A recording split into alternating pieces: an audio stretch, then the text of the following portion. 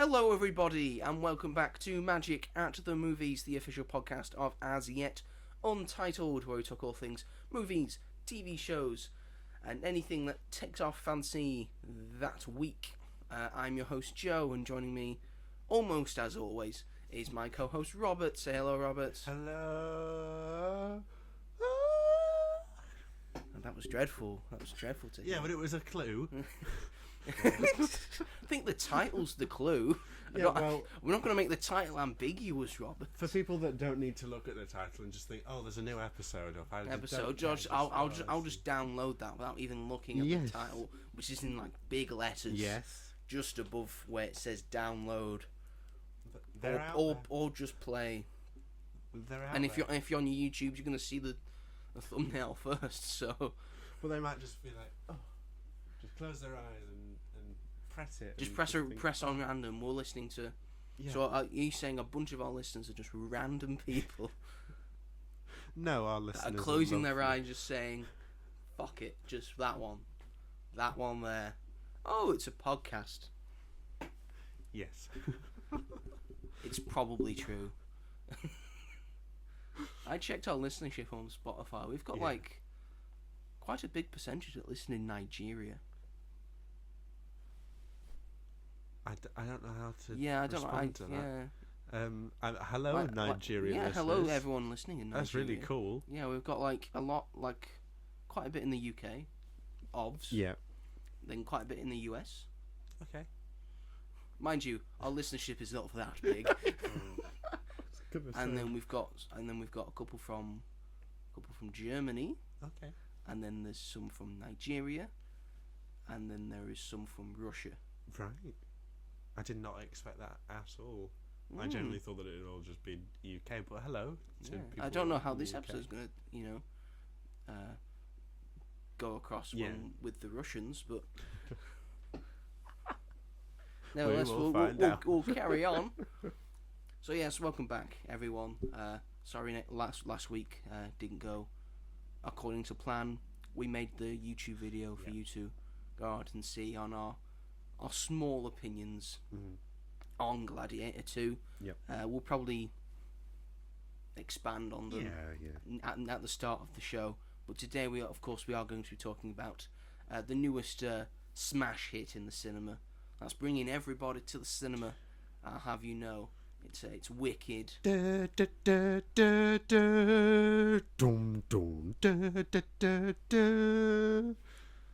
is going to be the entire podcast, ladies and gentlemen. This is what it will be. Get ready. And if I sound different, by the way, I'm slightly ill. You could have told me that I've got before like a I throaty got in your voice and car. having a lot of water, so that'd be fine. But as well as talking about Wicked, because it's a musical, we'll be going over our favourite musical films of all time to cap off the show. Very exciting. But first, we'll start with our most recurring segment, the show that we do every week, which is what have you been up to? Gosh. So what have you been up to this week, Robert? Not a lot. I've been very busy with uni, and there's just so much happening that I can't really remember what I've been doing for the past week, because I've not been doing that much, especially in terms of films. I haven't watched like anything apart from the obvious. But I saw A Different Man. Yes. Sebastian Stan, which I thought was fantastic. Fantastic. I thought it was very good. And I think he should be nominated, at least because his performance in that is so layered and it's incredible. It really is, and it's just so unlike anything I've ever seen, and they approach it in such a different way, and it was just so good. I was very impressed by it, and I had like not many expectations for it, like I do with most art house films, because I'm an idiot. Such a mainstream baby. I am a mainstream baby, and I hate myself for that. But that was very good. I liked that a lot. I did manage to see that, because I was saying I wanted to see it a couple of weeks ago. Oh, I didn't know you'd seen that. I did manage to see it. Yeah. What did you think? Completely agree with you. Yeah. It's fantastic, and I think it is some of Sebastian Stan's best work. Like, he's doing a lot of a lot of stuff at the moment. He is. And he will be very soon, because he's going to be in Thunderbolts next year as well. Very exciting. And he's probably going to be in all the Avengers stuff as well. But then he does all these little independent things that I think he makes all the right choices. Like he was in Pam and Tommy, the Disney Plus limited series. He was in Dumb Money, and I really enjoyed him in that. And then I've seen him in A Different Man, and I've seen him in The Apprentice this year. Both exceptional performances. Yeah. I couldn't tell you which one was better. Yeah. Because they're both so excellent. And Adam Pearson in A Different Man as well, I thought was very good. Yeah. And it's nice to see him in things, because I've seen him scattering about a bunch of places doing a bunch of different stuff, and he's very funny and very charming, and he's also a big wrestling fan like myself. So she was like, yeah. He's like, yes, a man of the people. Finally, this person knows me. So yeah, it was very good. But anything else you did this week? I started playing Baldur's Gate 3 with my friend. Really? Yeah. I'm on your new PS5. On his new PS5. On his new PS5. But I brought my controller around to his house, and we played it for quite a long time. And while I'm not like super into it, I really appreciate it and understand the hype behind it, because it's a gorgeous game that is huge, and I don't understand how I couldn't believe how the possibilities are endless with it, and I was so impressed by it. We spent like an hour creating our characters. It was quite fun.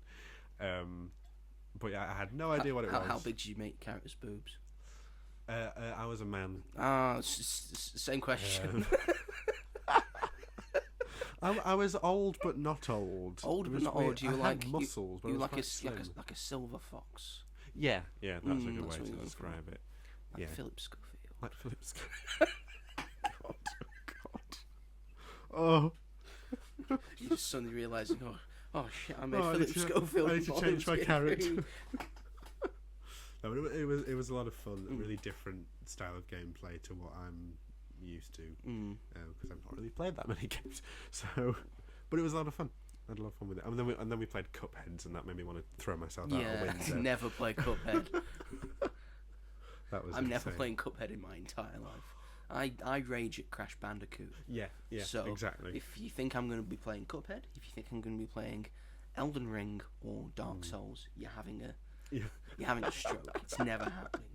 So difficult. The art style is incredible. Yes, it looks. They all look so good. Yeah. But, it's just like, I don't want to be sat there for ages, like failing and failing and failing and failing. I can't even describe my level of frustration with that game. We only did 3 levels, and that took us a long time to complete. Yeah, I imagine so. Yeah. Well, my friend is so optimistic with it. It's like he enjoys that challenge, and I was like, how do you enjoy this? But yeah, so that's what I did a couple of days ago.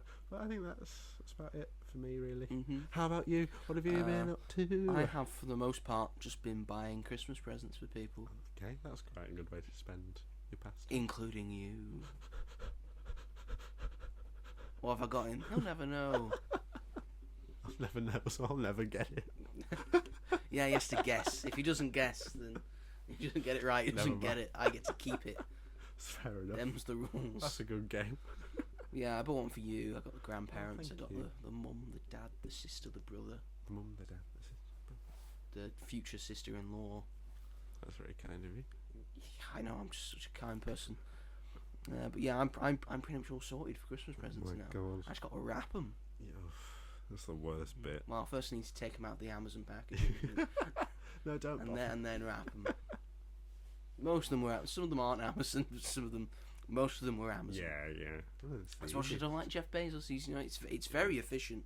It's just so simple to brilliant. use. When I came out the house to meet you, Amazon was just there. They're just so convenient. And if you've got Amazon Prime, then you're golden, and you get to watch the Grand Tour. Well, exactly. If you don't have Amazon Prime, that's something. The dog's in the room, ladies and gentlemen, and she's got an itch, so she's just rolling around. Is that what she does when she has an itch? Yeah, she's got an itch on her ear. Oh, bless. It's dog time, everyone. Holly's here with us. Holly, hooray! Oh, I didn't know what was happening. Yeah, she's just got an itch. Yeah, speaking of dog time, we said that we were going to have an exclusive segment by you. Of a particular show that you love watching, because we've met some of our listeners. Yes, we have. And they have said that they want more of this. So I'm more than happy to oblige. Well, if you're happy to oblige, it's the Dance Mom Minute. Dance Mom Minute. So kick us off, Robert. What's been happening? Okay, so I'm on season 4, halfway through season 4, and this is like the biggest season where like the most stuff happens. The biggest season yet. That's what the ad campaign would have been, because Abby is just absolutely diabolical. There has been a physical fight. All fans of Dance Mums will know about the fight. Get your finger out of my face. And there's like, she takes one of the mums to court, and like, I haven't seen that bit yet, but I know it's coming. And she keeps like sabotaging her own kids' dances and like putting them against each other and doing all this stuff. But Kalani is a new member who's come in, who I've not spent a lot of time with, but she seems very nice. She's the equivalent of Maddie Ziegler, but you've not spent time with any of them, Robert. Through the screen. I've not spent a lot of time with her. But she seems nice. I've not seen her in it for long, but she's great. And yeah, I don't watch it as much as I used to because I've got my mum hooked on it, so I can't. So you watch it with her, yeah. So I got to the point where I just had it on, and she was like, "What are you watching?" It's like Dance Mums, and she got hooked on it, and she was like, "Don't watch the next episode without me." So now I do that with my mum. Every time I come home from work on a Saturday, I have my tea, and me and my mum sit there and watch Dance Mums, and my mum rages at it, but she has the best time doing it. She rages, but she's having a lovely time. Yeah. Having a rage. She feels very sorry for the children. But yeah, I think that's it for Dance Moms Minute. That's it for the Dance Moms Minute. Now back to your regularly scheduled programming. So we'll just talk quickly. I know it's not the main point of this week's show. But we'll talk quickly about what our actual thoughts were on. Yeah. A more extensive look at our actual thoughts on Gladiator 2. It's still relevant because in America they came out on the same day. Glitted in America. We didn't get that. Very true. We didn't. No. I'm glad we didn't. That explains the box office. Let me just get it up. And it had a budget of $250 million, which is too much money. And it's currently sitting with a box office of 220.5 million. So it's nearly made it back. It was out, so it's been out for a week in at least the UK. Yeah.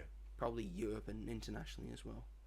It may just be having like a slow release for everywhere else, and now it's just been released. It's only been out a couple of days. Why wouldn't they want to release it at the same time? It's like a big film, you know. It should be hyped up a bit more. I don't know. But yeah, it's got has a great cast. Does have a good cast. Of course, Paul Mescal, Pedro Pascal, Joseph Quinn, Fred Hetchider, Derek Jacobi's back, Connie Nielsen's back, and the one and only Mr. Denzel Washington. And Matt Lucas in here, and a little thing from Matt Lucas. Who doesn't like seeing Matt Lucas? And I was thrilled when he came. I was so thrilled when I saw his name. Like, Matt Lucas is in this. Can't wait to see that. And of course, directed by Ridley Scott himself, a very much acclaimed film director of his time, one of the greatest to ever do it. Yeah. I gave this a 7 out of 10 in my 1 minute review, and in our little thing I said I gave it like a 7 out of 10. It was all right, because it is all right. Yeah. It's a fun time to be had. It is at the movies. One thing I will say, I went to like a day before screening. I saw it on the Thursday. It came out on the Friday. Right. Yeah. My entire screen was mostly filled up with 50, 60 something old men.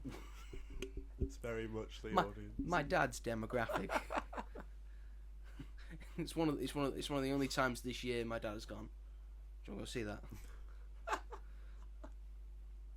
First time my dad has been excited about a movie coming out, Gladiator 2, which is a sequel to his favourite film. Oh, okay. So well, yeah, it's his favourite film of all time, the first Gladiator. So it makes a lot of sense. Yeah. I liked Paul Mescal in it. Yeah. I thought Paul Mescal was very good. I think Denzel is Denzel. He just elevates everything he's in because he is fantastic, and I really liked Pedro Pascal in this as well, and just his role in the story. I thought the story took a bit of a while to get going, but eventually I was like, I'm here for it. Yeah. The thing that puts it down for me is it feels very much the same as the first one. Yeah. It's using the same trope. So we're starting with a big battle at the start, but it's just slightly different. and like his lust, the main character's lust for vengeance is just, it felt very rushed. Yeah. And just very, we're doing this again, are we? Yeah. It wasn't like gradually made a thing like it was in the first one. Yeah. Like in the first one, you show Maximus as a great leader. You have the big battle at the start, and you show that he's a family man. He just wants to go home to his family. He wants to see him again. You see them in a flashback before you see him killed. And at the start, I will spoil it. So spoilers, don't listen to this bit. Listen from this point on. She's killed at the very start. Yeah. We have barely got to know this person, really. And that's why we don't care as much. And that's why we don't care as much, really. But it's a lot more bloody than the first one, which I think was needed. It helped a lot. The action, I think, is better, and the action is very fun and cool in this. Yeah. And there's that big fight at the end in a stream, not even a river, like a stream.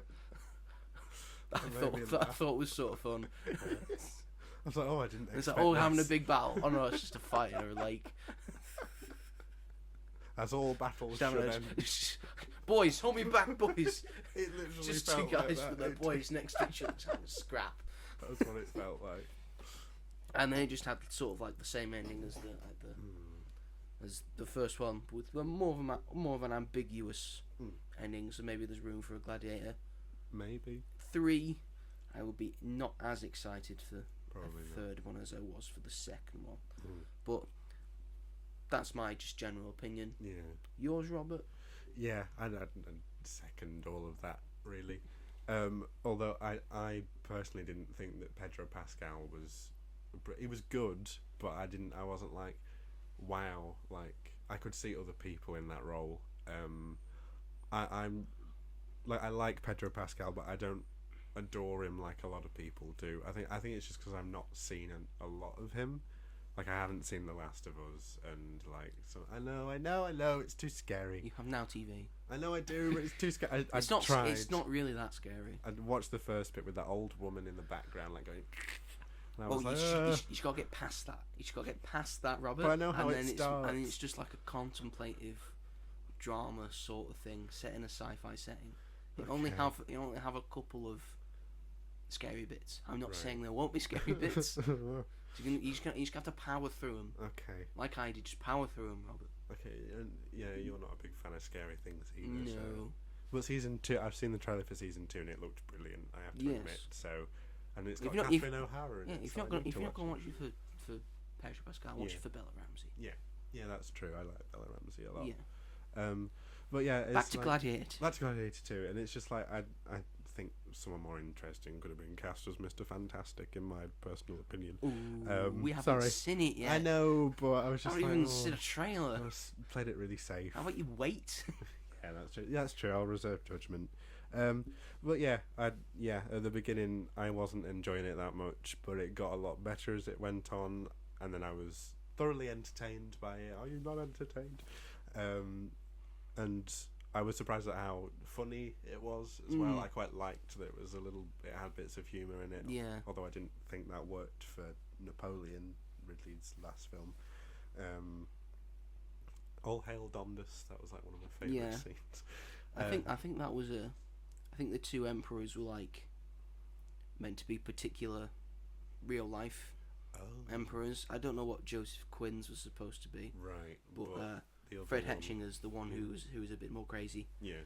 I feel like that was based on Caligula. I see. Right. Caligula the emperor was deemed insane. Right. Yeah.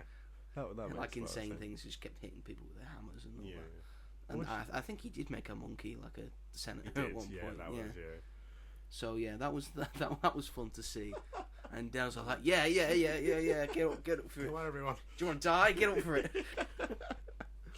But yeah, I enjoyed it, but I agree. I think it also, like, because it's basically the same as the first, it plays it too safe. I don't think the plays a lot of it cinematography is safe, that great either, if I'm honest. I think the cinematography is very bog standard in that film.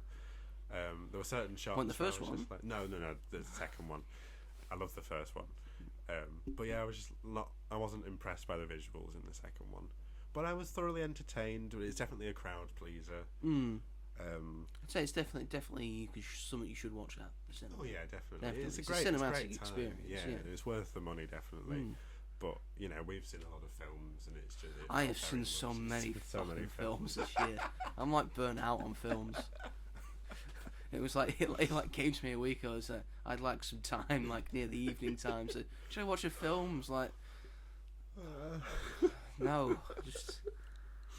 I've got one to see like on Friday. I don't want to watch one now. I just want to watch like the remaining films I have to see this year, and then I just want to watch Christmas movies, and then I'm done for the year. And then I get a reset, and then I can just reset next year. I'm at that point now. I just want this year to be over. Midnight hits and you're like, right, Nosferatu, and we live in time. Nosferatu, now. we live in time. I'm there. New Year's Day. Let's go. It's the full reset. Although technically we're still in 2024 because we're just seeing 2024 films. Which is annoying. I'm trying to stay off TikTok because they're just trying to spoil We Live in Time for me. I'm so excited for that. I am excited for that. But yeah, that's what I thought. I'd give it like a 7 like you. Yes, so Glad 2-8 or Glad to. As it is. In the poster, as it starts, it says Gladiator, and then it like puts two eyes. Yeah. It says Gladiator or Glad 2-8 or Gladiator.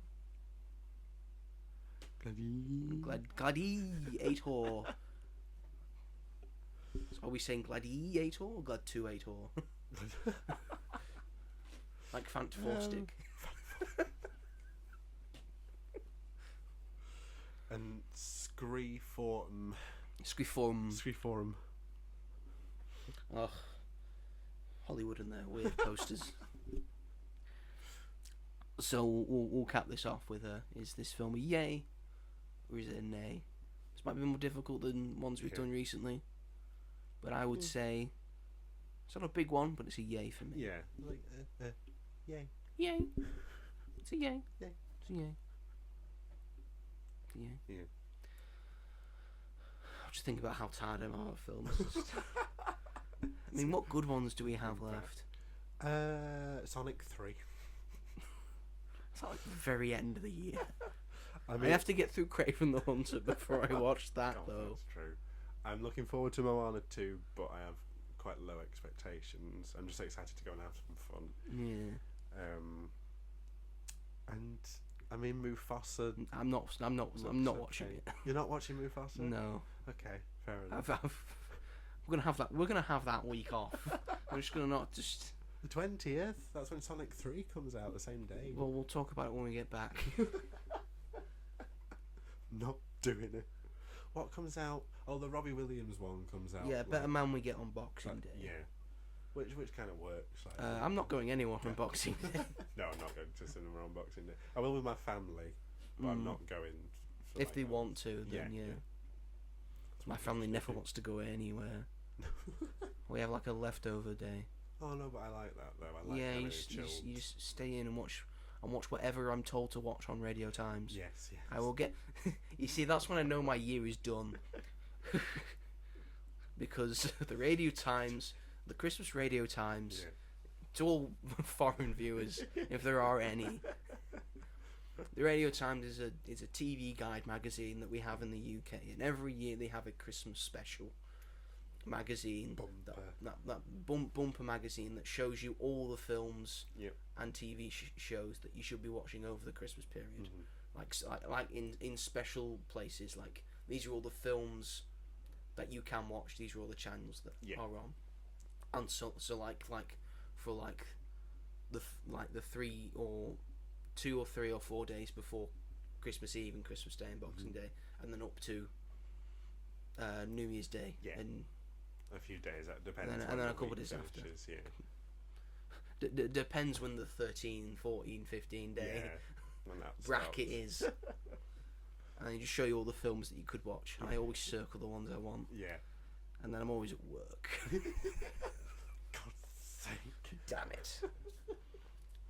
We need to move on. Save that for Christmas. Save it for, of course, the Christmas episode. We'll be doing a Christmas episode. Of course we will.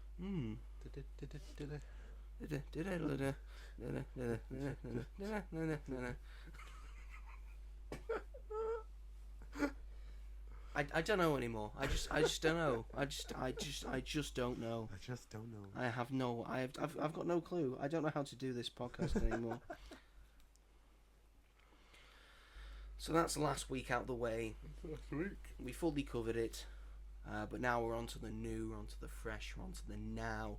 And now it is the time to defy gravity. Smooth. Because we're talking about Wicked.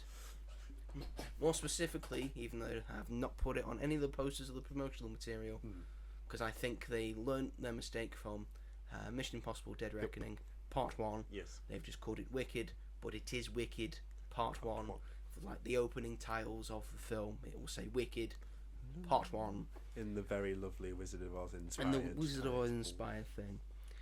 So this was directed by John M. Chu, whose things I'm not familiar with, but he did direct Crazy Rich Asians. Love it. So, and that's enough. Yeah. He doesn't need any more than that. Such a good film.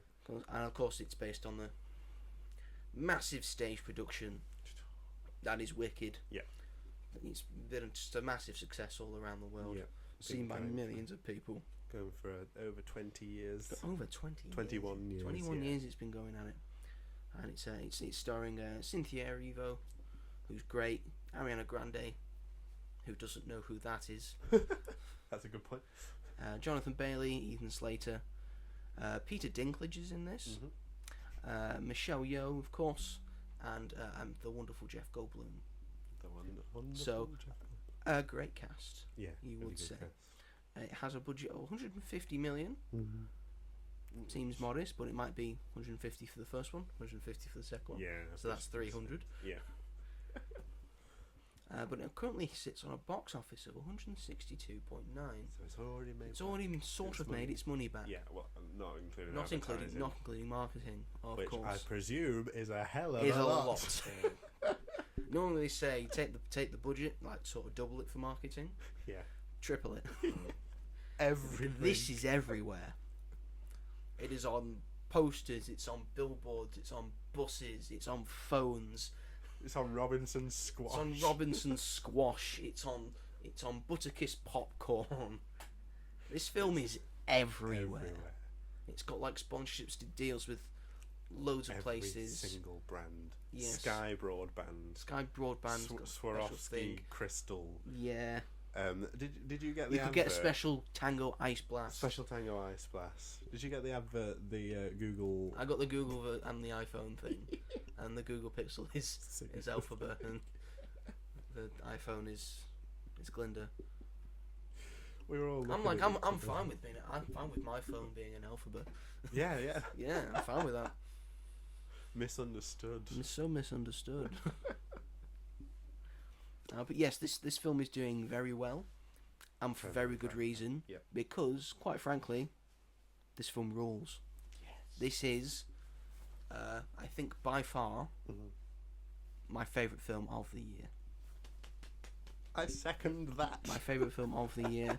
It is only, not counting films that I've seen this year, but were technically 2023 films. So, discarding The Iron Claw and The Zone of Interest, which I also gave 10 out of 10s to this year.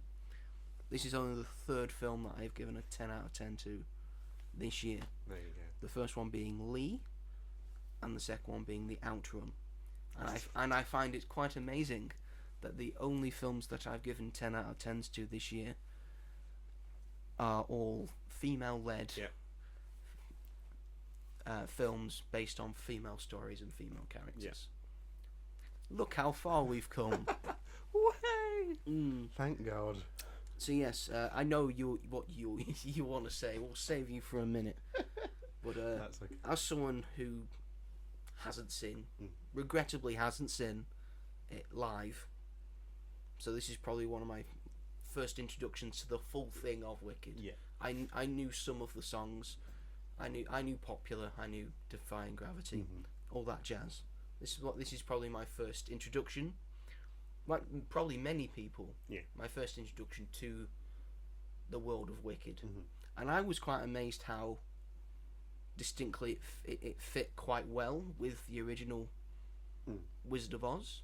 I thought it was going to be like an outlier sort of thing, but I thought it worked quite well with the story and how they tell it, and to put it with the film that people probably know like very well, very clever, like the first Wizard of Oz. I think, and that was one of like the big things for me, like the colour and the brightness of this film was very reminiscent to the original Wizard of Oz, which of course used Technicolor, one of the first ever films to use Technicolor, and everything was just so bright and colourful because it worked well with the Technicolor rather than dark colours which don't work as well. And this made that fit into that world of just brightness, and it's just full of colour. And I loved how colourful this film was. It just made it look 10 times better. Ariana Grande was the standout for me in this. She's fantastic, isn't she? I want her in more things. Yes. She has said that she's gonna focus on acting now. Yes, which is great. She should. I think she should. Because this is going to do absolutely wonders. Yeah, especially when she performed Popular. Yeah. Just her performance throughout that entire thing, I was like, please be in more things. A star. I want this like this like bubbliness that she just brings to the role. Bubbliness, Glinda's bubble. Yep. Yeah, I made that work, didn't I?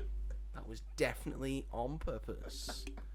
Yeah, but Cynthia Erivo holds her own as well. I think that's an incredible character, just a powerful thing to step foot into, and then just absolutely owning it. And then the end of the film, which is Defying Gravity, because it's part one. Part one, by the way. So they're finishing with the big one. Yep. I think she absolutely nails it, and that is a thing that you have to absolutely nail. If she didn't nail it, then this film doesn't work, I feel, in my opinion. I agree with that. Again, everyone's great in this. I like the idea of the story. I think it's great. And the cinematography is fantastic. All the songs I loved. I have new songs that I want to listen to now. Thank goodness. And it's just such a great time at the cinema. I am so happy that people actually want to go out and see a musical. I know I know a lot of the promotional material didn't make it look like a musical, because maybe they were skeptical that people wouldn't want to go to a musical. But I think people do. People do want to go, Because I think most people already knew it was a musical. Definitely. Because I mean, the stage production is based off is a musical. The original Sound of Music. Sorry, not Sound of Music. No, Sound of Music is it is a musical, yes. You are right, it's a musical. The original Wizard of Oz is also a musical. So I'm so happy people want to go out and see musicals, because I think it is a genre that is dying. Yes. that I don't want to see die. No. I want more Keep it musicals alive. all the time. Yes, please. So yeah, this is absolutely a film that you must go and see. Yes, 100%. I will take it over to, because I'm a fan of musicals, but I'm Yeah. not as big as fan as the person next to me. So I'm going to take it over to the musical expert. That is Mr. Robert Hall. Over to you. We say musical expert, and I have but he hasn't seen The Sound of Music. diabolical. I'm very happy and pleased and glad that you got just as much out of it as I did. Because I think basically every episode on this podcast, if Wicked's mentioned, I've been like and like exploding inside because Like his head was about to pop off. because I've been excited for it since it was announced, because it's been so long in development, since 2012 I believe it's been in development for, and it's finally here, and it's incredible and beautiful. Wicked, the show, means a lot to me. Growing up, so when I was in high school, that's when I sort of discovered musical theatre and my love for it, and Wicked was like the first show that I was properly obsessed with. So much so that we used to do, at the end of term, we used to do like karaoke stuff in our drama class. This is going to be good. And instead of me just doing karaoke, I went like full out, and I would like to think that they were actual performances. I got my friends to come up and like be, if I was, so I did Defying Gravity and Popular, so I got one of my friends to be Glinda for Defying Gravity, and then I got one of my other friends to be Elphaba, and then I was Glinda, because that's how like obsessed I was. I was like, I must perform for my drama class this musical that I love so much. You don't have the vocal range for any of those songs. Excuse me. I'm sorry, Robert. I so want to see how that went, because I know for certain you wouldn't have nailed any of that song. There's a video of me singing Into the Unknown from Frozen 2 somewhere. That's even worse for you. Interestingly, But we Idina love you. Menzel is two of those. But we love your Thank you very enthusiasm. much. Everyone else enjoyed it at the time. Your enthusiasm's what brought you through, clearly. But yeah, so a big part of my life, and I think a big sort of, I owe a lot to it, because that is very much like me discovering who I was and being more comfortable with who I was, and that whole thing. So to see this film and for everybody to see it, like the world gets to see it now. It's it's more accessible than going to the theatre. So everyone gets to enjoy it. The roles have reversed. The roles have reversed, exactly. And I'm so happy that it's had such a positive reception for like 90% part, and most people love it. We say 90% because we both know people who we say hated that. Who didn't like it, which if you're not into musicals then I understand. But as someone who is a huge fan of the show, I only actually saw the show legally this year. Why'd you have to say that? Because I watched bootlegs of it, because I thought I'd never be able to see it, and then I did, because it's on tour, and I am going to see the show again in about 2 weeks' time with some of my friends that I saw the film with, which means that part 2 will be ruined for those that don't know how part 2 goes, but whatever, the show's incredible. So yeah, I saw it with a group of friends. 3 of them didn't really have any perception as what Wicked was. Like, they know what it is, they know the famous songs, and they loved it. But I sat next to my friend who is the same as me, and we were sobbing. When I saw the pictures. He got a hat. I love that hat. Talk about the hat. So they had merchandise, and you could get Elphaba's hat as a drink. Was this View or Odeon? View. It was a View. It was a View. View has the better merchandise. Which one? The usual. Our usual. Yeah. The one, okay. yeah. So you can't fit your head in it, which is a shame. No. But it's so cool. And but you can fit your drink in it. You can fit your drink in it. It was so weird. It's like you couldn't fill it up properly. They had to give you a separate cup to go fill that cup up, and then you had to pour it in the.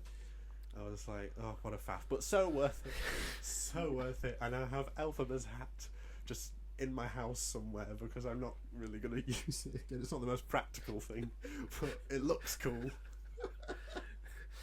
I can imagine you on a movie night.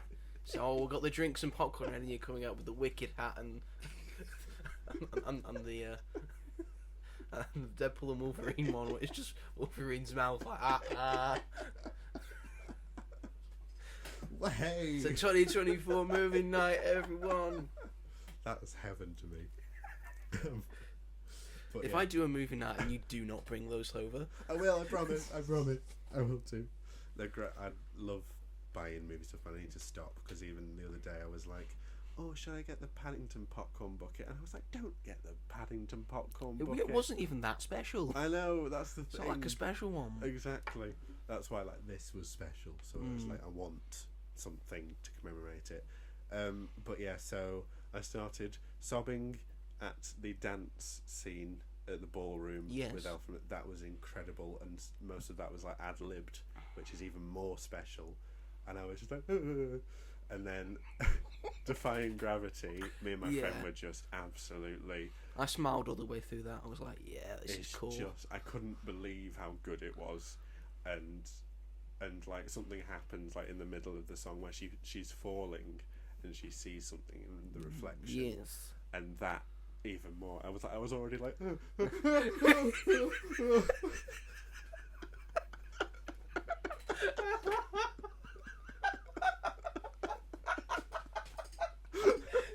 So it was a roller coaster. I felt like I was on that broomstick. Wow.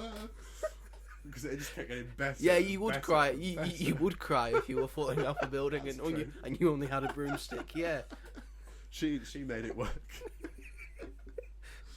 But so yeah, and then by the end, like it went silent, and you could just hear me sniffling like when it finished, because that song especially, it symbolises so much, and it is like an anthem for musical theatre kids, and about being different and not. It's one of the ones that stands out. Yeah, so that meant that they did it so much justice, and yeah. I think the thing that works the best about this is that they don't change a lot from the show. It is basically like exactly the same, but they do like tweak things. But they extend it. They do. They extend it by a lot, but it flies by. Unless the musical's 5 hours long. I did think it does fly, but that was one of the things I mentioned. Like you said, it was like you saw it before me. You saw it on the Friday. I saw it on the Sunday. Yeah. You said, "Oh, you won't feel the length," because I was worried. Cause it's 2 hours 40 minutes, even which is quite a while. Worried about but it. yeah, it does not feel like 2 hours and 40 minutes. Insane. It will fly by. That's the length of the whole show. Longer, 10 minutes longer, and it was like and everything everything was expanded properly, and yeah. But yeah, I agree with you about the performances. Cynthia Erivo. You know, when you can just like feel someone's emotion. Because obviously like both of them, it means a lot to them, but I think for Cynthia it was like personal, about like her journey, and like similar to Elphaba's, but Elphaba's also for everybody. It's not just for one group, it's like for anyone that's been shut down for their differences, or you know, expressing themselves in certain ways. Like she's for everyone, and just one of the most beautiful performances I think I've ever seen, because she just radiated off the screen, and I could like it was so weird, but you know when you have like out of body experiences, that was like, especially the dance scene, I was like I can feel this connection that's just happened, and Stop making these noises. And Ariana Grande, who like when she was cast, you know, a lot of people doubted it, but despite her having like a 4-octave range. Well, literally, like her voice she could sing anything you wanted her to. Exactly. And she sings it here. She goes so high. In the first song. In the first song, it was like, oh my god, oh my god. How? But like, this is like, she's loved this musical ever since she was tiny, and like, I presume you've seen the video of her getting the role.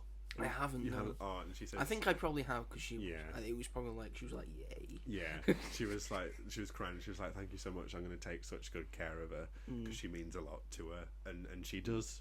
Both of them do, and she's so funny. Yeah, because we should mention also in the film are the two actresses whose names I don't know, so you can tell us the names. They get a small cameo role in this as like a. These were the first people. Yeah, and me and my friend were slapping each other like. I think you might have to scream. I was one of like probably the few people who was like, that's Elsa, and that's that woman I have seen before from somewhere. But yeah, and that was a great moment as well. But yeah, they're both so great, and their music, and they're singing live as well, which is just even more like, what the hell? It was just so, every musical number was elaborate and just so well directed. As I feel all musical numbers should be. All musical numbers should be. And John M. Chu, he also did In the Heights, which I think you'd really like. I've seen. Oh, yeah, I've seen it. I mean, it's Lin-Manuel Miranda. I'm not gonna say no. Lin-Manuel Miranda. He's doing a musical. I'm like, whenever I see a musical, I'm watching it. Yeah, because we get them so rarely. That's true. But I love that film. So like when he was announced as the director, I was like, that fits well because I think that film is stunning as well. And then Jeff Goldblum's great. Michelle Yeoh, Ethan Slater. Which I had thoughts on, but I'm not gonna. Do you know? Like he's good, but yeah. And Jonathan Bailey's Fiero, I think, is brilliant as well. Peter Dinklage is the goat. Yes, Dr. Dillamond. Yes, and I love that. I thought it was. Yeah, and that's a great storyline as well. And the story is so relevant. Is it going to be elaborated on in the second part? Yeah. Yes. Good. Stuff happens with the flying monkeys. Stuff happens, yes. More so. Well, yes, they've got to be on the. Yeah. Like, wasn't that such a? They've got to do a slight twist. Like, it was a cool scene with the spell and just chills. And the opening scene, which I didn't expect, like the hat, which is in the trailer, and then Glinda saying, "Fellow Ozians, the Wicked Witch of the West is dead." And I full chills. I was like, "Oh my god!" And then the flying monkeys. And then you see the flying monkeys, and it goes over the Yellow Brick Road, and you see Dorothy and the gang, and like. And there's a really sneaky, really clever thing that they put in there. There's someone riding a horse, and I'm not gonna say what that is. Is it now? And I'm so excited for people that don't know what happens to see part 2, because so much happens in the second part that. It changes a lot about the Wizard of Oz, but it's fine. It's fine. It's its own world. It's nearly 100 years old, that film. Exactly. So yeah, this film means a great deal to me, and I was just thrilled every minute, and I was so lucky to share it with a friend that felt the same way, and it's just so special, and I'm so happy that it's so positive and everyone loves it, and so yeah. That's my review of Wicked. Shall we cap it off with a... well, is this a yay? Or is it a nay? Oh, let's see. It's the biggest yay of the year. Yes, I agree. Like triple yay. If I could give triple yays, which we don't, it's a yay or a nay. If we could, I would, but I can't. I don't make the rules. No. The rules make us. We probably will have the same favourite film of the year. Wicked, which will be great. So I'm so like, I know I've already said it, but like I thought you'd like it, but I didn't like know how much you would. I quite like The Fall Guy. Why are you laughing at that? The Fall Guy was pretty good. I like The Fall Guy. I thought The Fall Guy was pretty good. Again, I think this is a better film. Yeah. Doesn't mean it's my favourite. No, it probably will be. I'm just playing with his emotions. But yes, that is our review of Wicked, and we thought, with Wicked in mind, we would do a thing, talk about a thing that we've probably always wanted to talk about, because we're going to go over what in our opinions, are the greatest or our favourite Yeah. musical movies of all time. Now, some slight caveats Yes, there are to rules this. There are rules that so I'm not happy about, but I will succumb. Shut your face. There are some slight caveats and rules that I have had to put in place, so this episode doesn't go on forever. Fair point. Musical biopics are off the table. I know they are technically musicals because they've got a lot of music in them, but they are at this point off the table. So no Rocket Man, no I Want to Dance with Somebody, no Bohemian Rhapsody. Although why would that be on your top favourite list? I love that film. I mean, I love Queen. I think that's why a lot of people went to see it, because they love Queen. They just went to listen to Queen music. Overall, not a great film. Although Rami Malek's very good in it. But, and another caveat, no animated movies.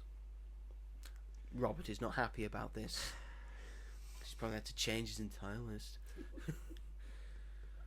But it is too much. That is a separate video that we can talk about. That's true.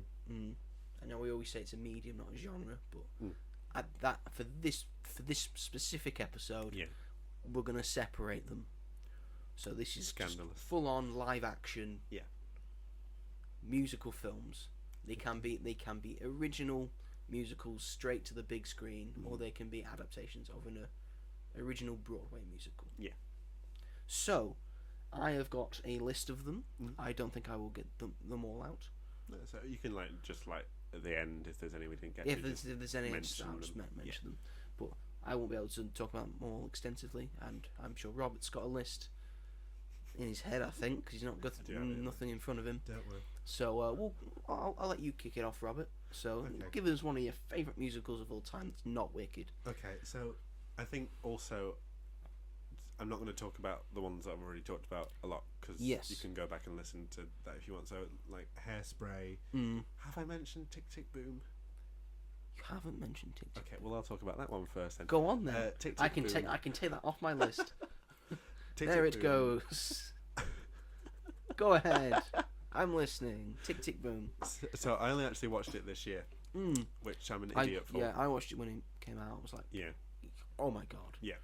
And I think that is one of the best musicals ever made, because you can feel the love for the person it's about. This is technically a biopic. Technically, but it's more musical than it is a biopic, I would say. Okay, I didn't think about that. But anyway, yeah. I think this is a... Neither did I, because it's on my list. I was thinking more biopics about musical artists. Yeah. Okay. So yeah, that makes sense. But this is a biopic about a person who wrote musicals. Yeah, that's true. That's true. I think this is a perfect film.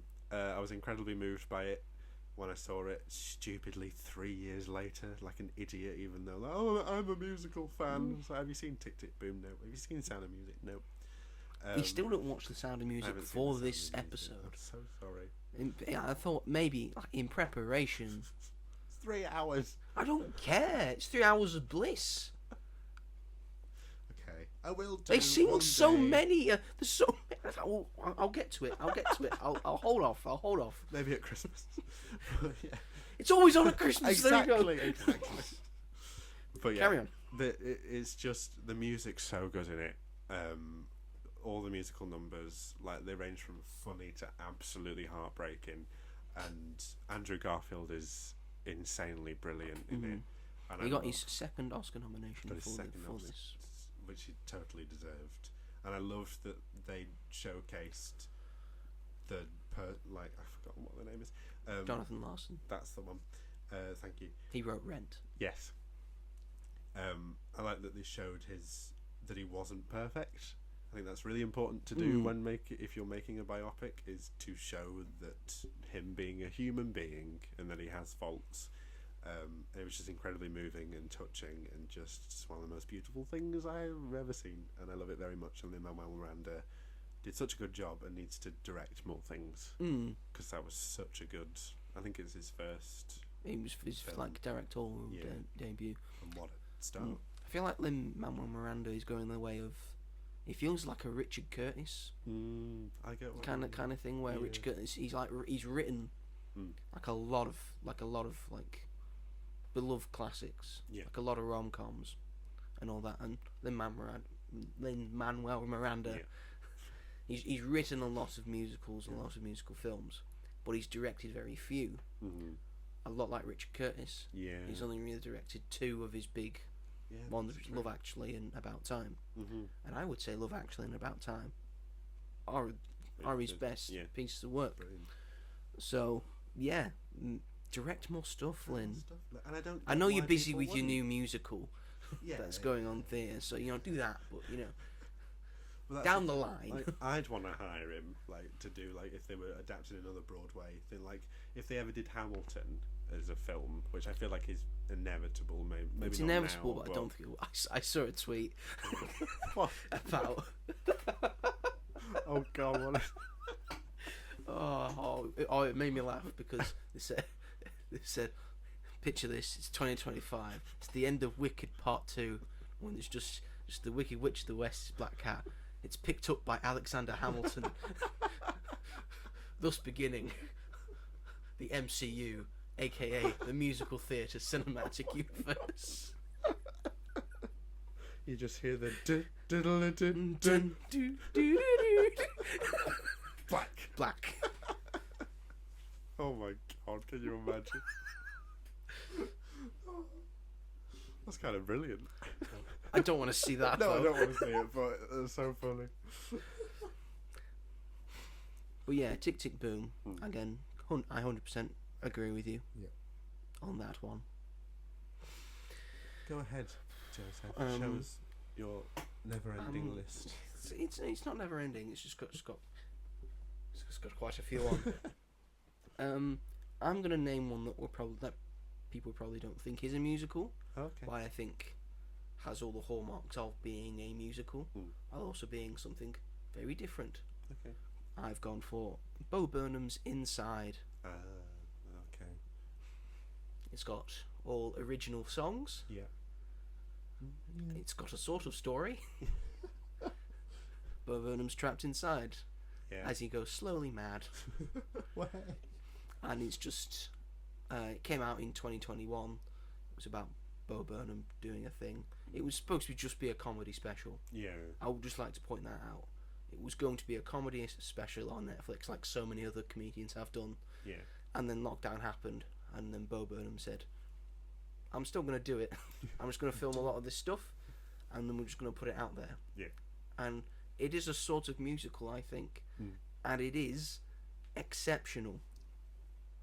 It is funny, it is somehow quite poignant and satirical on life, both in 2020 and 2021, and still in 2024. Like, you can go back on Netflix and watch this, and it still makes perfect sense for today. Even more sense today. Oh, okay. You would say.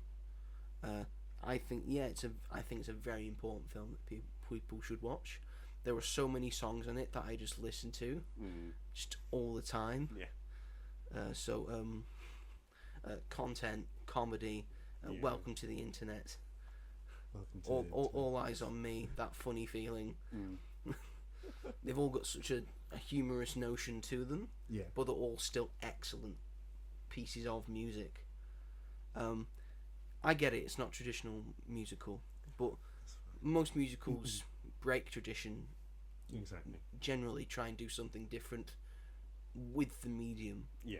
And musicals as a genre do it better than anyone, I feel, to make the movie medium what it is. So Bo Burnham's Inside, that's my pick. See, I don't want to have another Penguin situation, but I've never seen.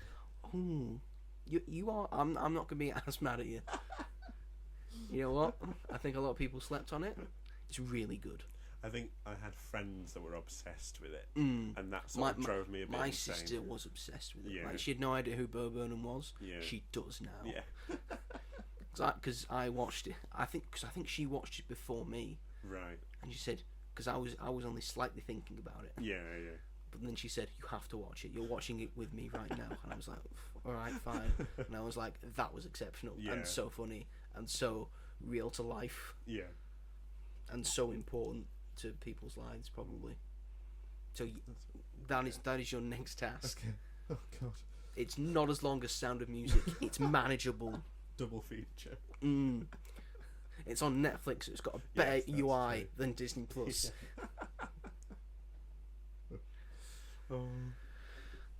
You next, Robert. Me next. Okay. I don't think we've actually talked about this one that much. Which is weird because we both love it, but Mamma Mia, and I love Mamma Mia too. I know you. We're not talking about Mamma Mia 2. But that would also be one of my top. Well, we'll talk about the first one because just the first one. Yeah, because we both share. We both really like it. I don't want to talk about the second one. Robert. That's okay. That's okay. I'll talk about this one because this one is based on a smash hit. Yes. A very good Broadway musical. And Second the one's other one not. is based off a smash hit movie musical. I understand. Another point out, we are including jukebox musicals as well. Okay, that's fine. Which is why we're including Mamma Mia. Yeah, because they're still musicals. It's just not original music. It's just all the music of ABBA. That's fine. And it works really well. The more time has gone on, the more I appreciate it. When I was younger, it was just a fun film that I enjoyed watching and had a lot of fun sequences in it. When you get older, there's a lot of stuff in there that is really quite beautiful and just a great story about mother and daughter relationships and about women having fun and being together. The Amazon Echo's doing something weird. It's like searching for us. Is it going to start playing Mamma Mia or something? Please don't. Going to have to start this episode again. It might be muted. Oh, maybe it Can is. I mute it? Where's the mute? Here we go. Okay, so it's a no. Just leave it. It's just making making pretty lights. AI. But yeah, it's just so much fun, and anyone that picks it apart and takes it seriously needs to get a life. Really, just if you don't enjoy it, that's fair enough. But don't sit there and I know quite a few people that have done that. Just this is just stupid. Well, don't fucking watch it then. Okay, it's not for you, is it? We're here to have a nice time. Exactly. It's just so much fun, and I whenever I see it, it's just the whole way through. I have a smile on my face because it's just one of the most joyous films I think probably ever made and probably ever will be, and everyone's brilliant in it. I'm here to have a nice time. Yes. Watching a bunch of drunk people make a exactly, movie on a lovely island. Because the biggest fun fact about Mamma Mia is almost the entire cast was heavily intoxicated when they shot this film. It comes out the most probably in the final bit at the wedding. It does, yes. Maybe at the wedding itself. And then that bit when they're singing Waterloo at the end. Do you want to Do you want to know? With Meryl Streep clearly pissed. Just a great insight to how all these people are when they're drunk. Well, that's great. More films like that, please.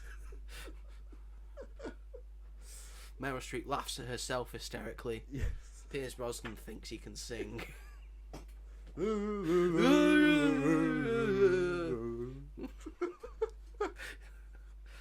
just more of a fun time watching the first one than the second one. The second one's just depressing to watch. But yeah, that is your next pick, Mamma Mia. They're making a third. Ugh. With Meryl Streep. With what songs, Robert? No hate to ABBA, but all of your hits are in the first one. They've got a great music catalogue. They might use it with some stuff from the new album. There's a song called Bumblebee. I'm in my garden, watching clouds. Do you want to get sued? With the breeze. Ain't no one gonna know what this song is. ABBA will. I don't get sued by ABBA. I'll send their AI robots to come and take us out. They're young and fresh. Young and fresh, ABBA. Oh, goodness. Yeah, I know. Oh, goodness. What is your next pick, Joseph, Um, with the most F? I'm going to pick one that I've only watched quite recently. Oh, I only watched it last year. okay. And it is the film adaptation of Chicago. Oh. I knew a lot about this one before. Well, you knew of Chicago. Yes. I knew it was.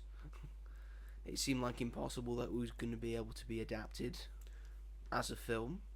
So the fact that they managed it is impressive in itself. Yep. It's also got a stellar cast. It does. Whose names have all escaped me. Renee we've got Renee Zellweger, we've got Catherine Zeta-Jones, Richard Gere, we've got Richard Gere, Christine Baranski's Baranski's in it also. Not very much, but is Queen Latifah? Queen Latifah is also in it. She's got a great sequence. Yes, she's the when you're good to mama. Is it's that one. Yeah. Well, I've seen there's it once. there's so many good songs. My favorite is "She Had It Coming." Yeah. Oh. It's just got such a powerful thing, and now I see why Michael Douglas is such a lucky man.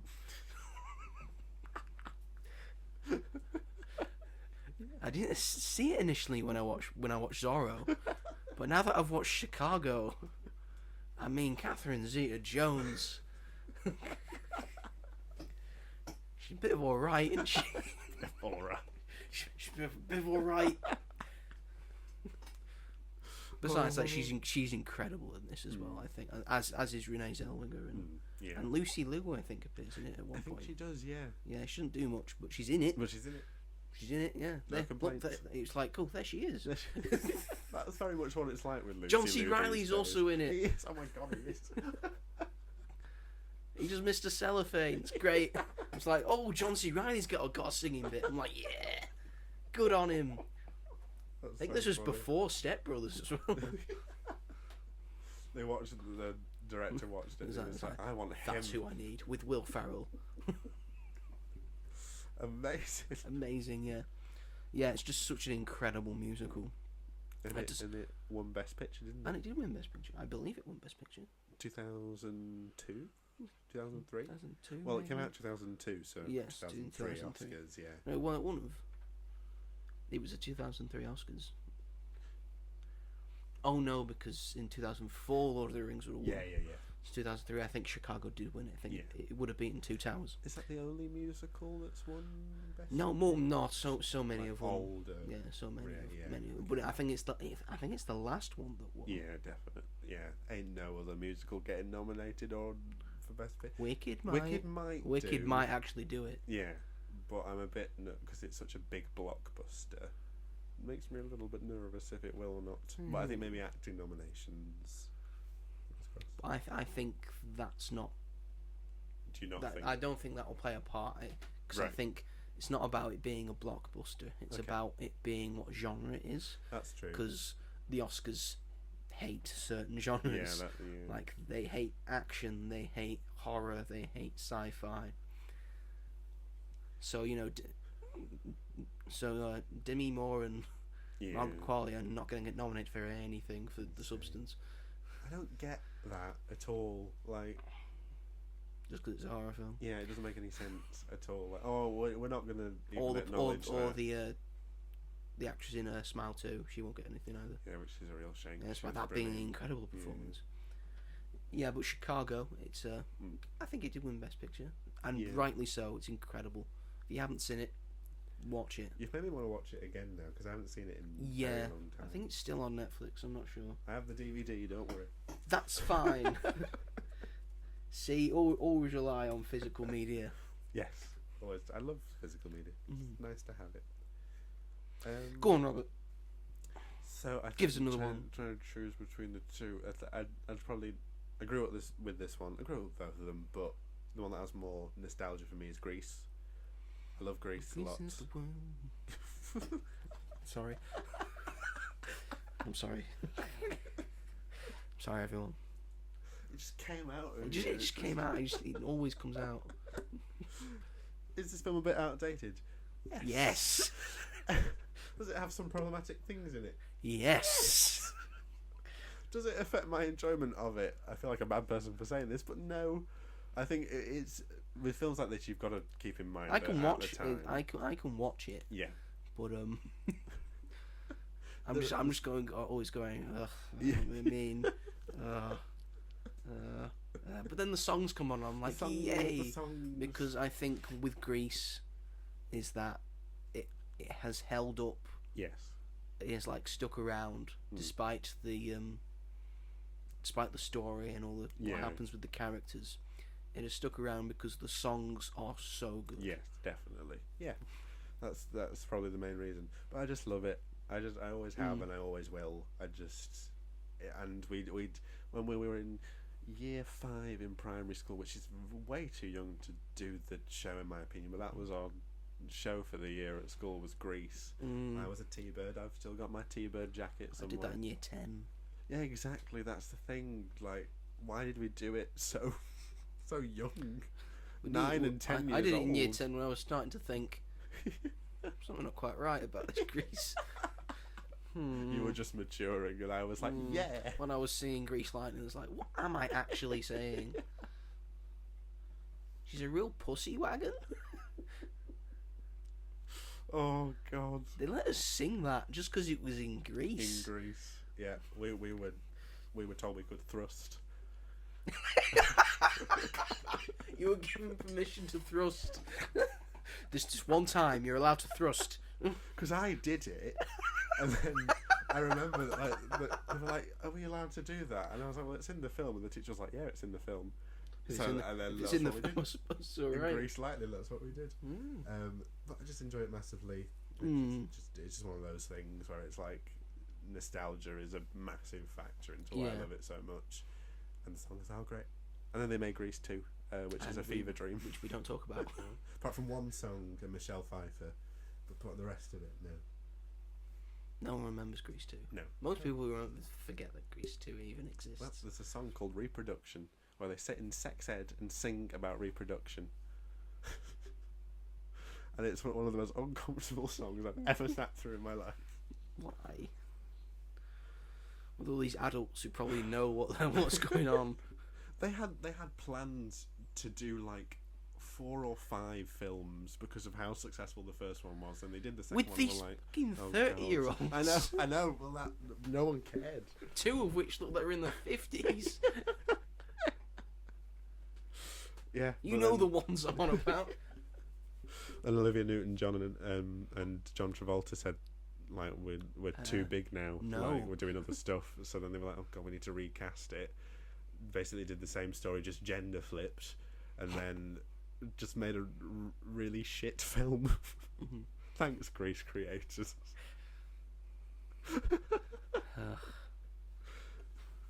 Sometimes musicals aren't the best at sequels. No. Is all I'm saying. No, that's most of the time they are standalone. Yeah. And that's fine, Hollywood. Yeah. Just come up with a different thing. Exactly. Good, give us another one. Give us looking at my extensive list of things we haven't seen yet, which one should I mention?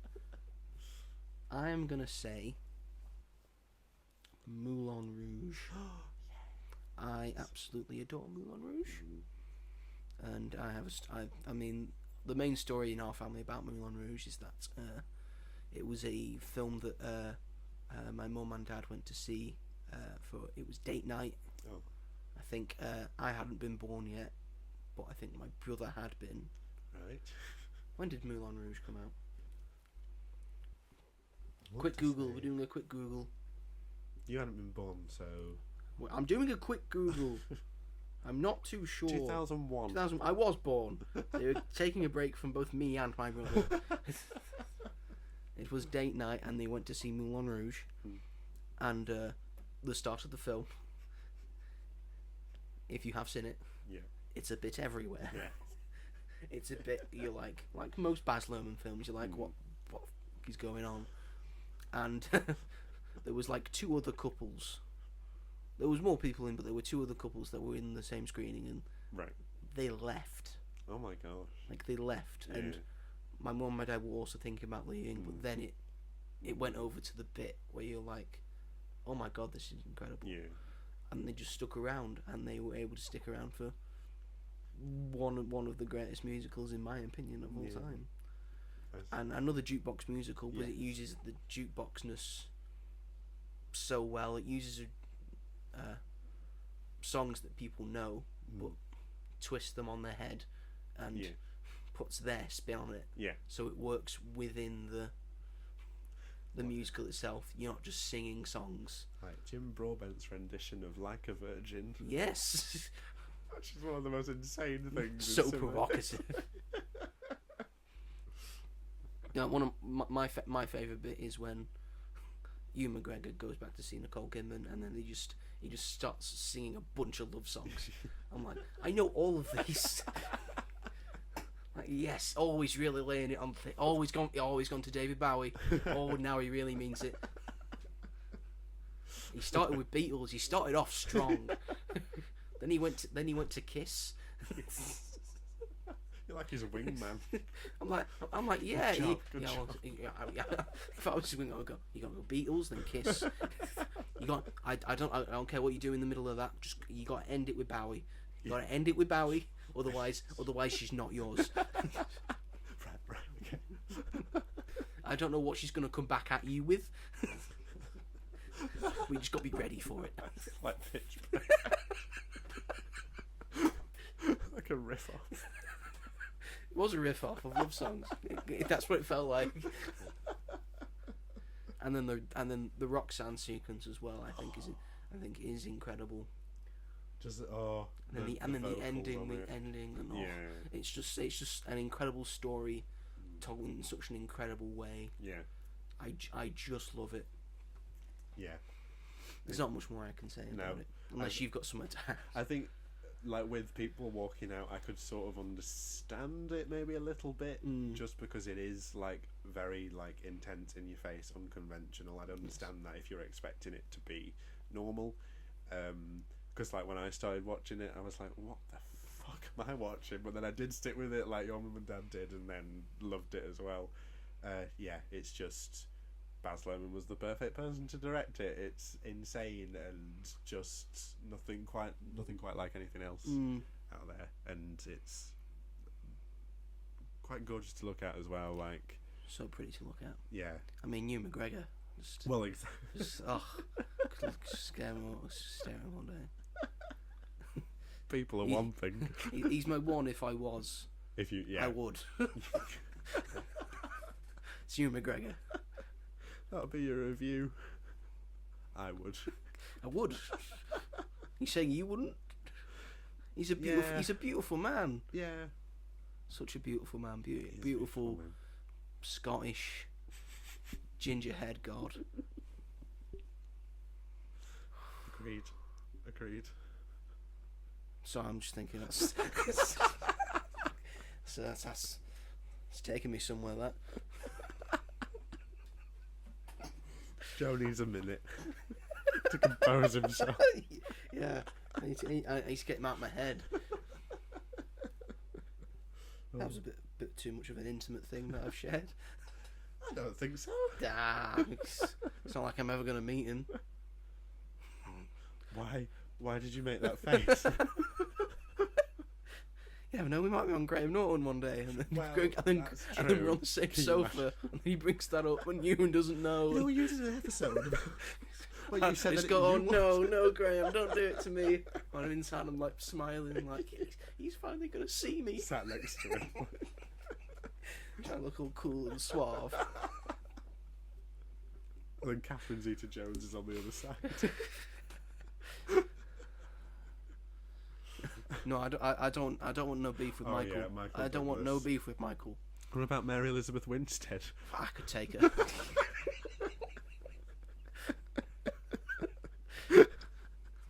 Just saying, I could take her.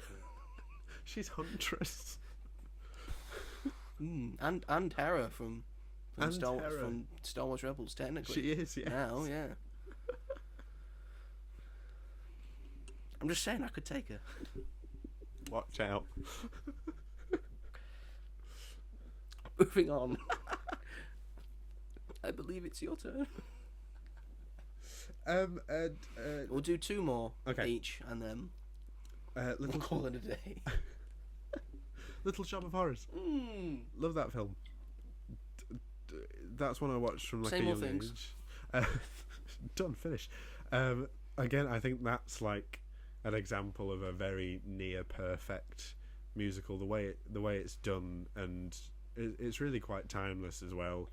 And like Aubrey too, like the way that they do it and everything, and all the songs are great and so fun. And I think, did it come out in the 80s? The film. I think it was the 80s. Yeah. And it very much feels like that.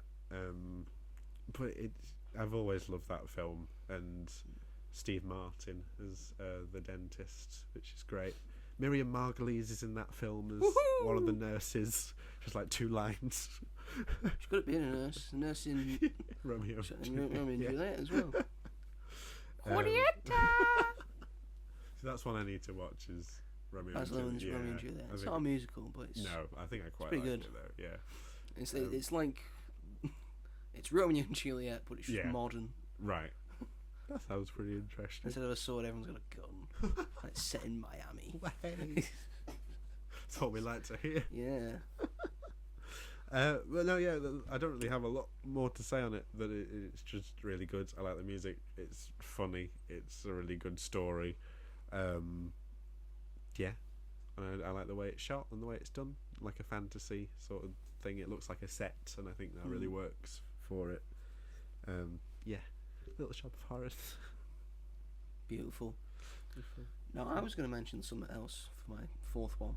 Okay. But now that I know that you've not watched it, oh no, I feel like I have to put some respect on its name. Okay. It's The Sound of Music, like one of the greatest musicals ever made. This is the point where There's a reason it's like 3 hours long, because it's 3 hours of like amazingness. And there are so many iconic songs in it that it's just too hard to pass up. Yeah. Like it starts iconic and it just keeps going. And I know maybe it's also personal to me because I've also been in a stage production of it. I was Kurt. I'm trying to remember which of the musical notes I had to sing. I think I was so. I had to go so. Joe Young as Kurt. So what? That's really cool. Yeah, my voice was higher then. Was it like a local? It was part of the school, but I was in a Right. very bougie school, so there was like a lot of people there. So they had the budget. We did like 3 days in a row. Oh wow! Oh my gosh! Like Broadway. It was like a big night thing, and they came out. We had an interval, and there was drinks. And there were people handing out drinks were dressed as nuns, and that's really fun. And our history and the high school history teacher, Mr. Jepson, was also a nun. We thought it'd be funny because we had like a voiceover. Yeah. Said, "Watch out for the one with the mustache." But he shaved off his mustache for it. Oh. Dedication. That was dedication to a role. To change your face. Take notes, Henry Cavill. Yeah, we fuck with Mr. Jepson. That wasn't Henry Cavill's fault. That was Sony's fault. Oh, right. It was like absolutely not. He's not shaving it. Well, because was he doing Mission Impossible? He was doing Mission Impossible. Right. Yeah. That's fair enough because one is the far superior film. Made even more superior by the fact that his mustache is real the entire time. Yes. It was necessary. It was.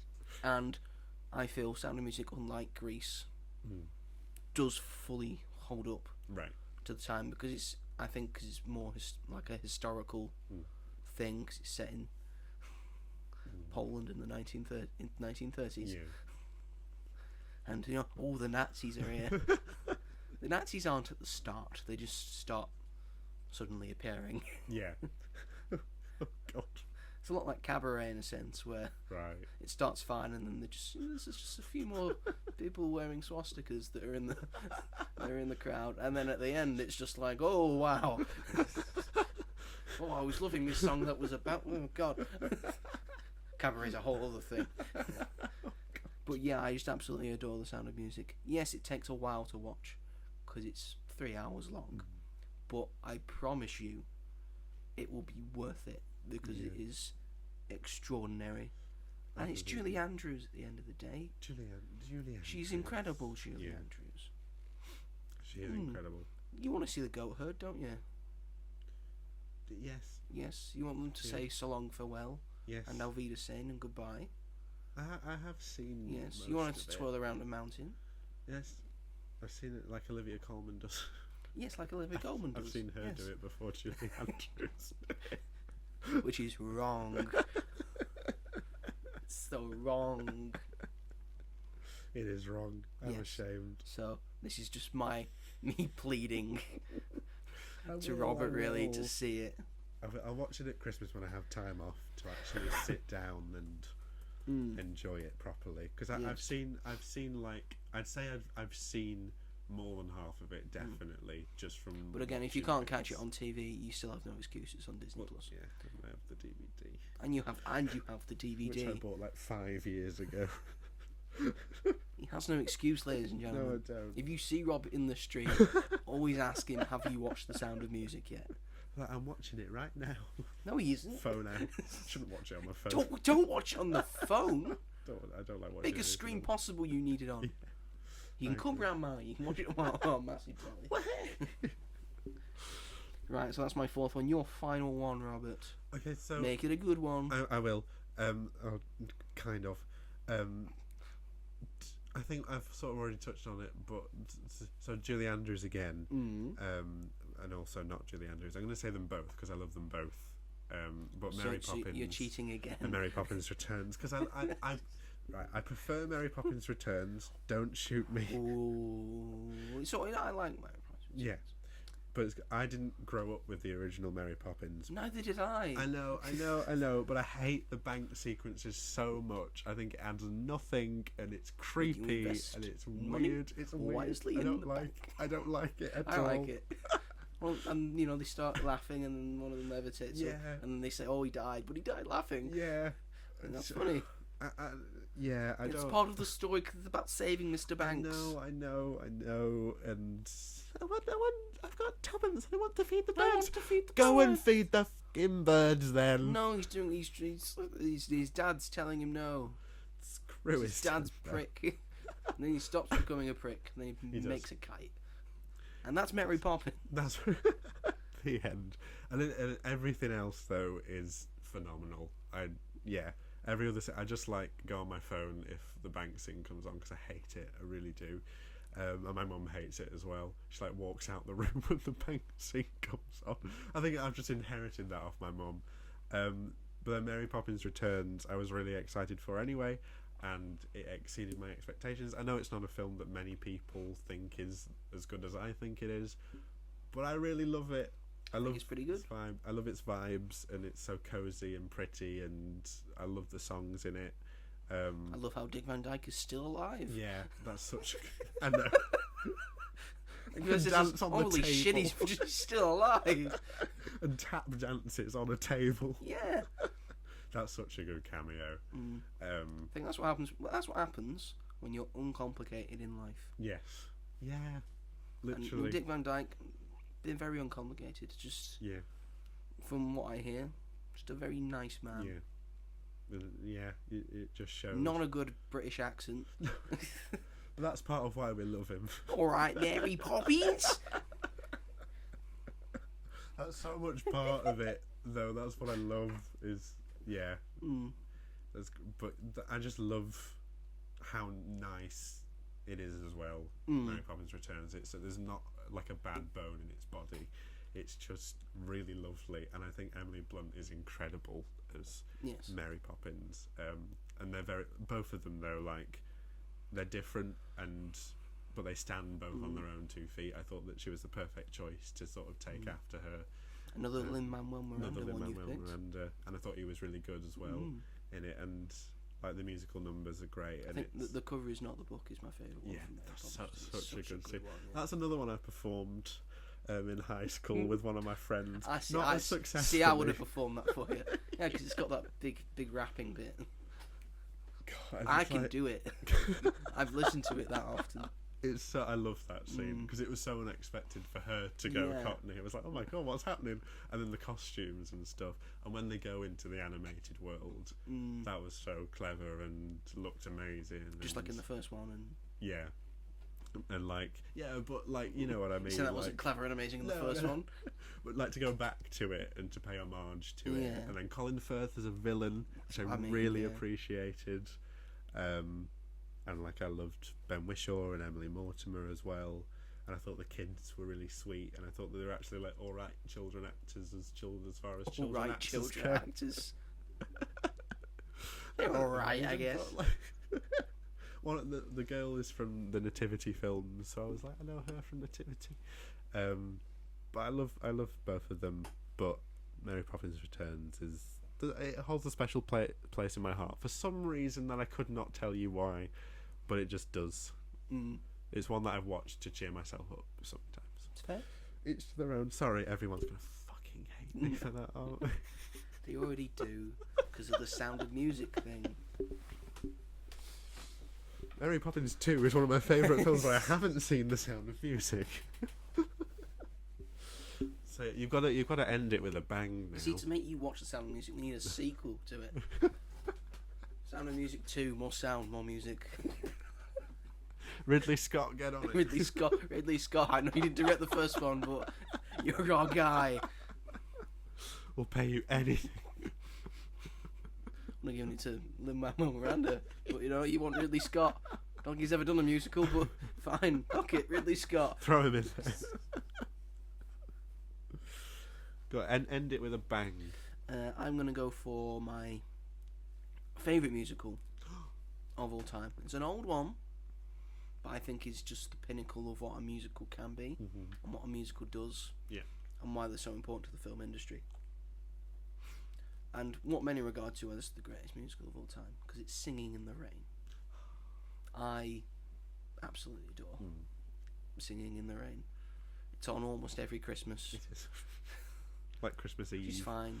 Like The Sound of Music, and The Great Escape. You know, those couple of films that are on every Christmas that have nothing to do with Christmas.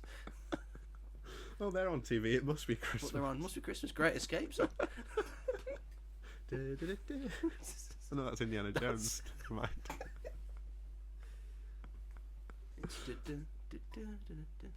Yeah, that's The Great Escape. Yeah. But Singing in the Rain is just absolutely fantastic. All the numbers are so fun. Gene Kelly's amazing in it. It's got Debbie Reynolds in it. That's one of her first major roles as well. She was 18 when she did it. Oh shit! Yeah. Oh my God. Gene Kelly was in his late 30s. Make 'em laugh. Yeah, Make 'em laugh's great. That's such a good, like, the physical performance in that is the physical insane. performances in this song are incredible. Yeah. It's not like many musicals. It's not just about the singing; it's about the dancing in it as well, and just how that's projected. Gene Kelly's one of the greatest film dancers of all time. Yeah. So much so that he makes everything so fucking difficult for himself, especially in Singing in the Rain. The dance sequences in this are just so elaborate. Like when they're doing Good Morning, another great song. Yeah. Again, Debbie Reynolds, new to this. And one of the bad things about Singing in the Rain, didn't get on. Yeah. Gene Kelly and Debbie Reynolds. But such good actors that you such can't good tell. actors you can't tell. Because Gene Kelly's like, please get it right. Stop getting it wrong. Just get it right. And Debbie Reynolds is just trying her hardest. Yeah. And she's having to do it in heels.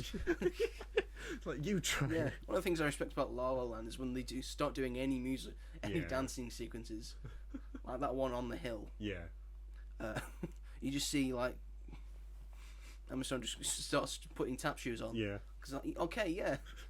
Because she's a girl, she would change her shoes. High heels should be just for display. They're not for practical use. No, definitely Stop not. making Debbie Reynolds dance in them. And it's so elaborate dancing.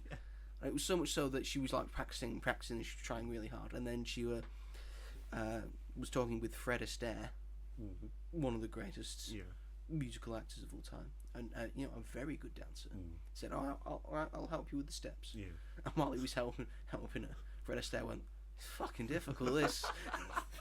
They're making you do this. Good God." And the take you see in the film was take one. Was it? Oh, they did 55 takes. So, yeah, I think the first one was great. This was pretty good. And then, I think they're killing her. But the end result Yeah. is incredible. It's set in like the late 1920s when the invention of sound, when cinema was beginning to talk. So it's a very important part of cinema history. Yeah. It's got so the story behind that is great. There's a great villain in it. Yeah. She's great. So many like underrated songs as well. But when Singing in the Rain comes on, Yeah. I'm like, this is just so bliss. Yeah.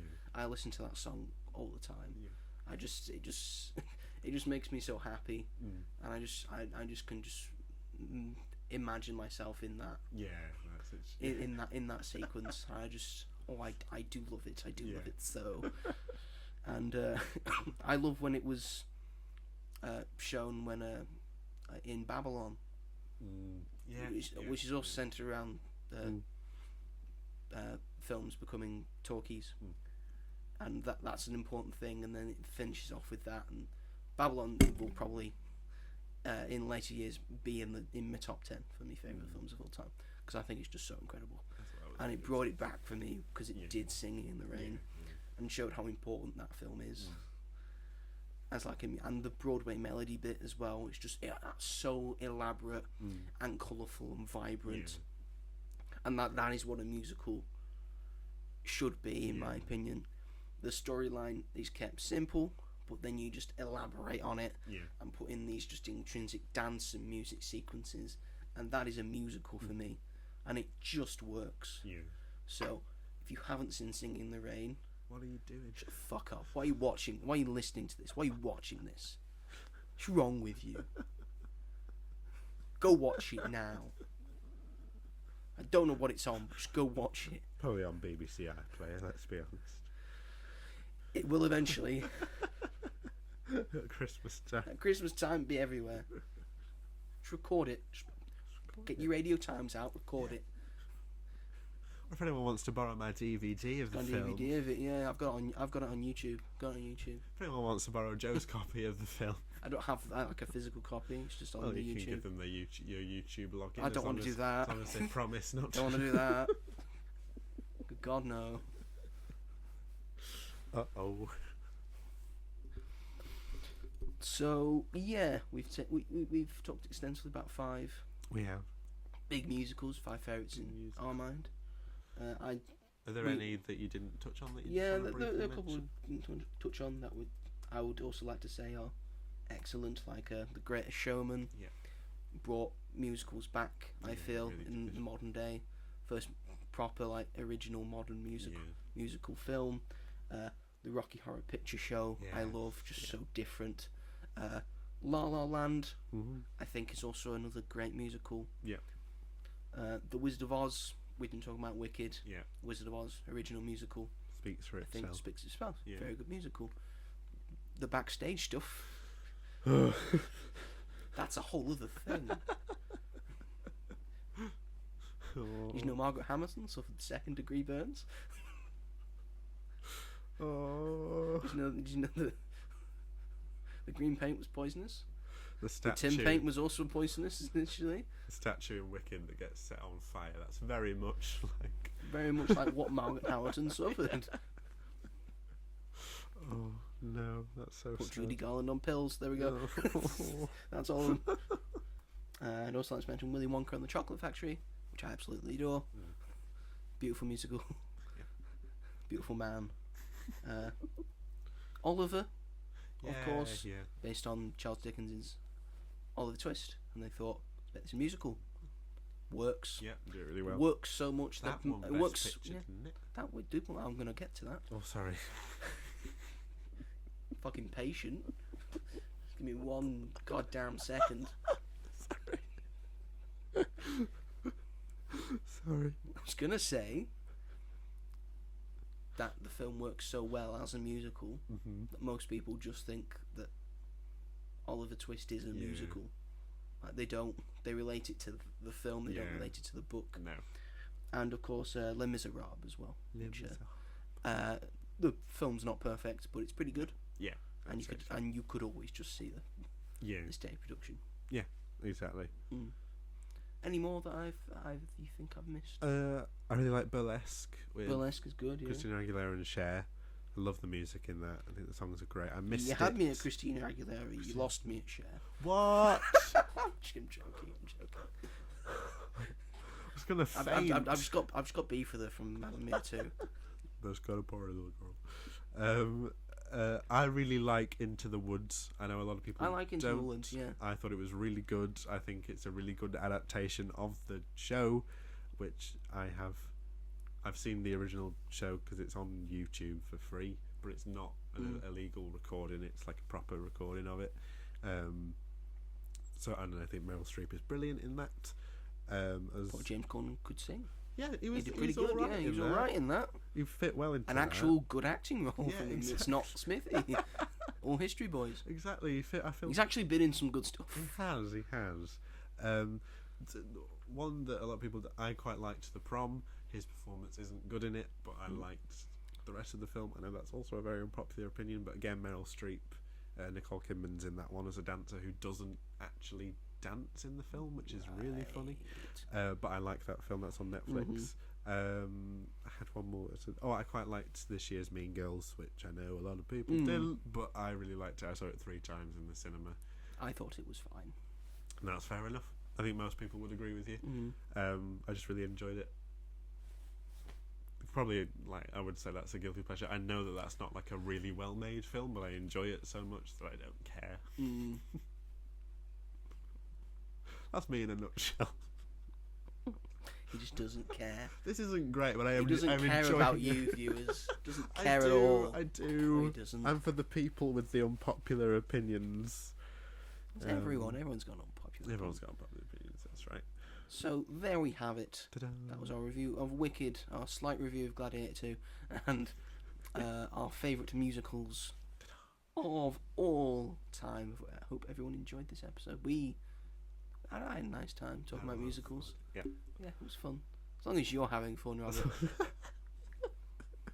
That's the important part. But is that the show? That's the show. Thank you everyone for watching and listening wherever you are watching or listening this from. If you are watching this on the YouTubes, don't forget to like and subscribe to As Yet Untitled and push the bell notification so you never miss an episode of Magic at the Movies or any other video I intend to do, like my 1-minute reviews. I've just recently done a video about Pixar and when I thought Pixar peaked. So please feel free to give that a watch. We are available on Spotify and Apple Podcasts and Amazon Music and Sony Music and wherever you get your podcasts from. I think. Not entirely certain. Sorry to that really, really niche place where... Nigerian fans, who I think are all listening from Sony phones. Which is fine. Yeah, that's fine. If you want to contact us, feel free to leave a comment, asking a question, maybe a suggestion for what we should talk about. My Instagram is TheMightyJoe888 if you want to contact me there. Robert's Instagram is Rob G Hall. If you want to contact Robert for some reason. Fair. Really Maybe you fair. need a friend.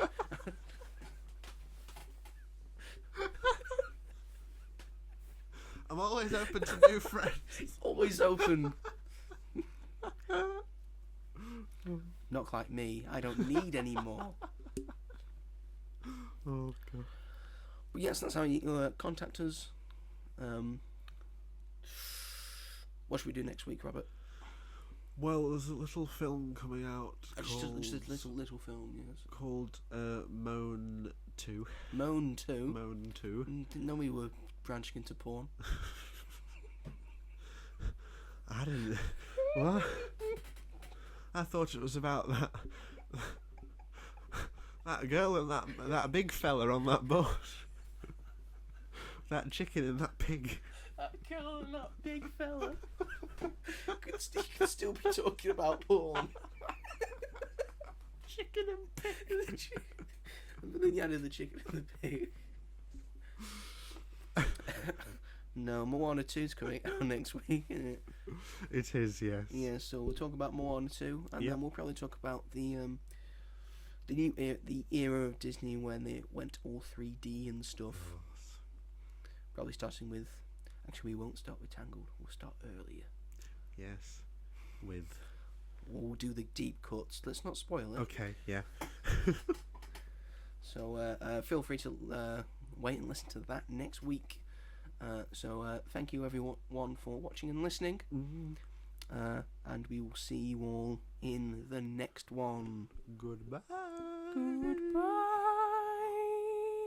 The musical episode. Oh, that was lovely. Oh, that was lovely, that. You got very northern then. Oh, that was lovely, that. Just a really nice way to end. It was very clever. Spot of tea. Mary Poppins. Do right, that. Thanks, everyone. Take care.